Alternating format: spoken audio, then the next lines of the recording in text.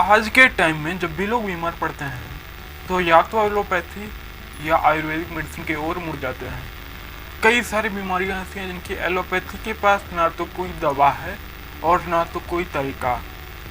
उसकी दवा और तरीका सिर्फ और सिर्फ आयुर्वेद में। कई सारी ऐसी बीमारियां हैं। अब ऐसे में सवाल आता है कि जो बहुत साल पहले लिखा गया कोई संहिता के बेस पे कोई आयुर्वेदिक मेडिसिन आज के समय में जो बीमारी हो रही है उसमें काम कैसे आएगा बिना रिसर्च के। तो यही देख के भी अभी भी आप अगर गूगल करके सर्च करेंगे तो विकीपीडिया और कुछ ऐसे वेबसाइट हैं जो कि आयुष के कोर्सेस को सूडो साइंस कहेंगे। तो आज उन सबका थोड़ा डाउट क्लियर करते हैं। चलिए देखते हैं रिसर्च आखिर एलोपैथी में कैसे होती है और आयुर्वेदा में रिसर्च कैसे होती है। तो चलिए शुरू करते हैं। सबसे पहले बात करते हैं एलोपैथी की। तो एलोपैथी में देखिए तो रिसर्च होता कैसे है। अब मैं पूरा डिटेल है लेकिन वही बात हुई, थोड़ा लिखना नहीं समझना, एकदम अच्छे से बताने की कोशिश करता हूँ। वीडियो में लास्ट तक बने रहिएगा। चलिए हम एग्जांपल ले लेते हैं कोरोना वायरस। तो उसकी मेडिसिन एलोपैथी में जो वैक्सीन आई वो कैसे बनी। तो जब भी कोई फॉर्मुलेशन तैयार होता है ना तो उसके पहले उसको कई बार कई तरीके से ट्रायल से गुजरना पड़ता है। मैं पूरा ट्रायल तो नहीं बताऊंगा, बस एक ऐसे तरीके से बताऊंगा कि आप ये समझ जाएंगे कि आयुर्वेदा में रिसर्च और एलोपैथी में रिसर्च में डिफरेंस कहाँ हो रही है। ठीक है, तो यहाँ पे बाकी सारे पार्ट को स्किप करते हुए हम ह्यूमन ट्रायल पे पहुँचते हैं। देखिए अब लास्ट तक बनने एक बेसिक का कॉन्सेप्ट है जो मैं आपको आज क्लियर कर दूंगा। और ये पूरी तरीके से है कि इस वीडियो को देखने के बाद आप कभी भी आयुर्वेदिक मेडिसिन पे डाउट नहीं करेंगे। तो देखिए, मान लीजिए कोरोना का वैक्सीन जब बना तो हुआ क्या, एक लार्ज अमाउंट ऑफ लोगों को चुना गया कि इन पे ट्रायल करके देखना है। बाकी सारे ट्रायल के बाद, एनिमल ट्रायल के बाद भी, ह्यूमन ट्रायल की बात कर रहा हूँ मैं। तो उसमें जब मेडिसिन की ट्रायल होगी ना तो मान लीजिए 1000-2000 और ज़्यादा अमाउंट में लोगों को ले लीजिए, क्योंकि एलोपैथी में जो रिसर्च होता है ना वो बहुत लार्ज अमाउंट में लोगों को रख के लिया जाता है। ठीक है, तो क्या हुआ कि अब पहले तो उन लोगों को इन्फेक्ट किया गया, इंजेक्ट किया गया कोविड से, कोरोना वायरस से, और फिर जो उन्होंने साइडर लोगों ने जो वैक्सीन बनाई अब उसका असर देखा गया कि इतने सारे अमाउंट ऑफ लोगों पे इस दवा का जो हमने बनाया है इतने सारे ट्रायल करने के बाद क्या असर होता है। तो हुआ ये कि एक लार्ज अमाउंट ऑफ में से 80-85% लोगों को, 85% लोगों को वो वैक्सीन ने ठीक कर दिया, लेकिन 15% लोगों को बीमार कर दिया या तो ठीक ही नहीं किया। तो अगर आंकड़ा यहाँ पे ज़्यादा है अगर तो ये मार्केट में आ जाएगी, क्योंकि कई सारे लोगों पे इस दवा ने अच्छा असर दिया है। ठीक है, अब होगा ये कि जो बाकी 15% लोग हैं उन पे ये दवा काम क्यों नहीं की, इस पर रिसर्च होगा। फिर एक दवा बनेगी, फिर एक नया वैक्सीन, फिर से एक लार्ज अमाउंट में लोगों को लिया जाएगा और उनको दोबारा इन्फेक्ट किया जाएगा और जो इन्फेक्टेड थे उन पे भी टेस्ट किया जाएगा। तो अब यहाँ होगा ये कि और चलिए और आंकड़ा कम हो गया, मान लीजिए 15% छूट रहे थे 10% हो गए, तो अब दोबारा उसकी जगह ये दवा आ जाएगी मार्केट में कि नहीं उसकी जगह ये ज़्यादा बेटर है, क्योंकि इसके ट्रायल पे काफ़ी ज़्यादा लोगों को फ़ायदा हुआ है। तो अब जो बाकी 10% हैं उन पर रिसर्च होगा कि आखिर ये दवा इन पर काम क्यों नहीं की, और इस तरीके से रिसर्च चलता जाएगा। लेकिन यहाँ पे देखिए दोस्तों, ऐसे तो कई सारे दवा हैं जो जिनके ऊपर अभी रिसर्च हो रहा है और 100% नहीं मिलेगा एक्यूरेसी, क्योंकि ये ड्रग है। तो भाई साहब एक बात देखो, जो ड्रग है ना वो अपने साथ साइड इफेक्ट जरूर लाएंगे। तो अगर कई साल कुछ साल बाद भी जब तक वो रिसर्च चल रहा है, वो दवा ने जिसको भी ठीक किया उसके ऊपर जो साइड इफेक्ट दिया उसके ऊपर भी रिसर्च होगा कि इससे कैसे बचा जाए। तो अब मुझे मालूम है आप कंफ्यूज हो गए। देखो थोड़ा और इसको सिंपल करता हूँ, थोड़ा आयुर्वेदा को दिखते हैं, इसके रिगार्डिंग मैं एलोपैथी वाला आपके लिए सिंप्लीफाई कर दूंगा। मान लीजिए लहसुन है, तो लहसुन में को अगर कोई पित्त प्रकृति का व्यक्ति खा लिया नुकसान कर देगा उसको, लेकिन वहीं पे ही अगर वही लहसुन अगर वात और कफ के लोगों में से कोई खा रहा है तो उसके लिए फ़ायदा हुआ, क्योंकि लहसुन का जो प्रकृति है वो गर्म होता है। ठीक है, अब इसको इसी में ही मैं एलोपैथी वाला जो आपको कन्फ्यूजिंग लगा है ना उसको मैं थोड़ा सिंप्लीफाई करने की कोशिश करता हूँ। अब देखिए एलोपैथी इसको कैसे देखेगा कि वो लहसुन है तो 10 लोग अगर खाए 6 लोग ठीक हो गए, 6 लोग को अच्छा हुआ, लेकिन 4 लोग को नुकसान हो गया। तो यानी कि लहसुन इतने लोगों को फायदा करता है 6 लोग को, तो 4 लोग को नुकसान करता है। फोर्थ रिसर्च कि 4 लोग को क्यों नुकसान किया, 4 को, ठीक है। तो अब अगर नेक्स्ट मेडिसिन आएगी तो शायद वहाँ पर लहसुन की जगह एलोपैथी कुछ और इस्तेमाल कर ले, कहने का तात्पर्य है बस। तो यह जो आयुर्वेदा है, यहाँ पे जो रिसर्च है वो प्रकृति पे होती हैं, और यही रीज़न है कि आयुर्वेदा में आपको 100% एक्यूरेसी मिलेगा। कहने का मतलब, अगर वर्धक व्यक्ति को जिसके अंदर पित्त बढ़ा हुआ है, उसके लिए अगर संहिता में लिखा है लहसुन खाना वर्जित है, तो लहसुन खाना वर्जित है क्योंकि वो गर्म है।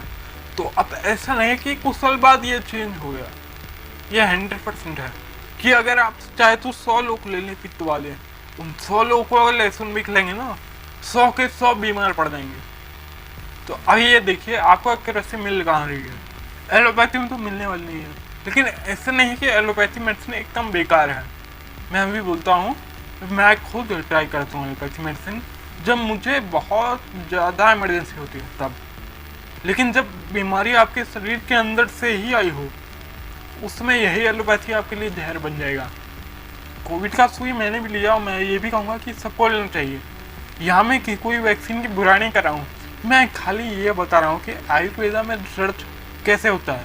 मेरे जो ऋषि मुनि हैं, उन्होंने बहुत पहले ही ये सारी बातें संहिता में लिख दी थी। अब मैं एक बात बता दूँ, जो भी आप संहिता देखेंगे ना, 7000 से अधिक आपको श्लोक मिल जाएगा, ठीक है। तो ये ऐसे ही नहीं कि एक में लिख दिया या किसी मन में आया तो लिख दिया। अगर मैं आपको महर्षि वाग्भट की बात बताऊं, तो वो आचार्य चरक के, महर्षि चरक के शिष्य थे, लेकिन उसके बावजूद भी उनकी कई सारी बातें कितनी एक्यूरेट हैं। उन्होंने इतना अपने पूरे जीवन काल में हर एक सूत्र पे केवल रिसर्च किया है, और तब जाके उन्होंने सूत्र के फॉर्म में लिखा है। तो आयुर्वेदा रातों रात नहीं लिखी है ये। और जब एलोपैथी नहीं था, जब कोई पैथी नहीं थी, लोग तब भी बीमार पड़ते थे, और तब आयुर्वेदा ही था। तो ये कोई आज की मेडिसिन नहीं है, बहुत पुरानी, बहुत पुरानी है, और इसीलिए ये टेस्टफुल हो जाता है। तो अगर आपको ये साइड इफेक्ट दे रहा है, तो आयुर्वेदा आपको साइड इफेक्ट नहीं देगा। गौर कीजिए मेरी बात, साइड इफेक्ट नहीं होता है, लेकिन आयुर्वेदा का प्रभाव होता है, इफेक्ट होता है। अब ये 2 तरीके से हो सकते हैं, या तो अगर आपने बिना जानकारी लिए कोई दवा ली, या किसी बेकार वजह से आपने परामर्श किया, तो आप पे बुरा इफेक्ट हो सकता है, दुष्प्रभाव। और अगर आपने सही ढंग से लिया, तो वही अच्छा इफेक्ट देगा, गुड इफेक्ट देगा, ठीक है। तो अगर मैं यहाँ पे दोबारा बता दूँ, आयुर्वेदा का आपको या तो अच्छा इफेक्ट दिखेगा या तो बुरा इफेक्ट दिखेगा, लेकिन साइड इफेक्ट नहीं दिखेगा। अब वो इसलिए क्योंकि आप जो भी दवा ले रहे हैं, जो भी द्रव्य ले रहे हैं, वो नेचुरल फॉर्म में है, उसका कोई छेड़छाड़ नहीं होती है।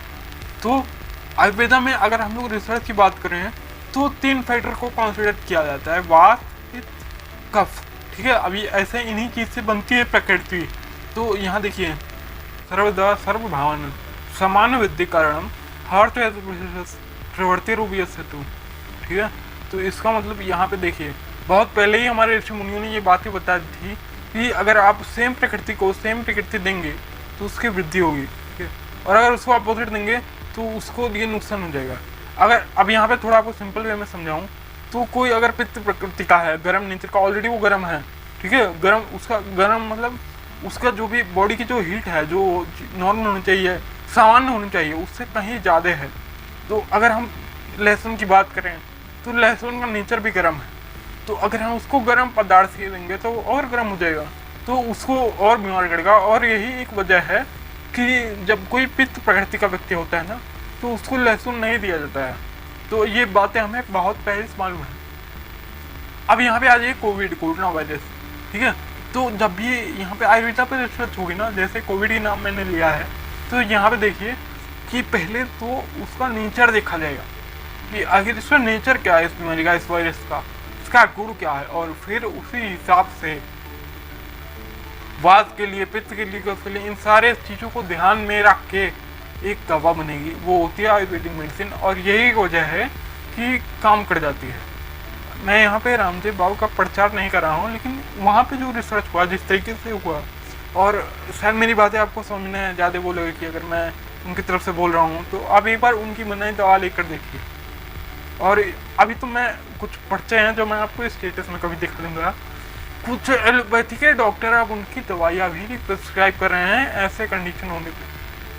तो सभी लोगों को डाउट नहीं है, डाउट केवल उन्हें जो इसको जानते नहीं हैं। अब यहाँ उनकी भी गलती नहीं है। देखिए, हमने बचपन से एलोपैथी का तो बेस बना दिया है, पूरे यूकेजी से लेके यूकेजी से लेके हाई स्कूल इंटरमीडिएट तक हमने जो भी पढ़ा वो एलोपैथी के संदर्भ में था। लेकिन जो आयुर्वेदा है, हम नादुक प्रकृति के बारे में कोई मालूम नहीं था, कुछ चीज़ें मालूम नहीं थी। ये तो जब BMS करना शुरू किया तो मालूम पड़ा अच्छा ऐसा भी है। तो हम कोई बेस तो बना नहीं, तो बेस बाद में बना। बस यही वजह है कि हम अक्सर जो आयुर्वेदिक मेडिसिन पे डाउट जो आ जाता है ना हमारे मन में, क्योंकि हम उसको जानते ही नहीं हैं। लेकिन ऐसा है नहीं, आयुर्वेदिक मेडिसिन भी वैसा ही असर दिखाई जैसा एक एलोपैथी मेडिसिन दिखा रहा है। और यहाँ मेरे ये वीडियो बनने का मतलब ये था कि आप ये ना कहें कि आयुर्वेदिक मेडिसिन तो बेकार है, काम नहीं करती। अगर आप गलत तरीके से लेंगे तो काम नहीं करेगी, लेकिन जो तरीका है प्रकृति को देख के मेडिसिन को प्रेस्क्राइब करना, मेडिसिन को लेना, 100% काम करेगी। तो उम्मीद है ये वीडियो आपको अच्छा लगा होगा। और अगर आप मेरे चैनल पर नए आए हैं तो प्लीज़ इसको लाइक कीजिए, शेयर कीजिए और सब्सक्राइब कीजिए।